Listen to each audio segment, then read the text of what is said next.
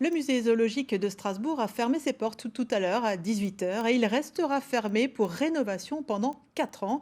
Alors aujourd'hui, ils étaient nombreux à vouloir encore profiter pour quelques heures du charme de ce musée historique. Françoise Bedin, Marie-Christine Lang. Des centaines de personnes devant le musée zoologique de Strasbourg, une file d'attente record avant la fermeture du site pour rénovation. Je voulais le voir avant que ça ferme, ça a formé un moment, donc c'est l'occasion ou jamais de le voir.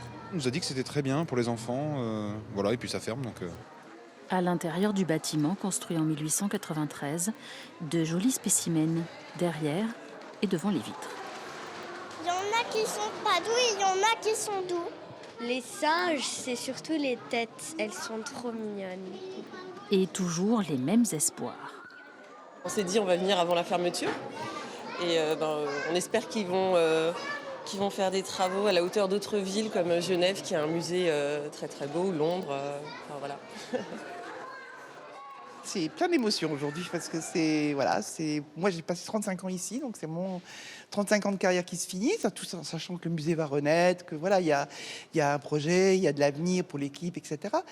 Mais c'est vrai que vous repensez à tous les gens qui vous ont appris plein de choses, tous les gens qui ont fait vivre ce lieu, et je pense que c'est important aussi de leur rendre hommage aujourd'hui, quoi. Mais on va faire une muséographie plus contemporaine, avec aussi plus d'interactifs, que les gens soient acteurs de leur découverte, qu'ils ne soient pas là que pour contempler.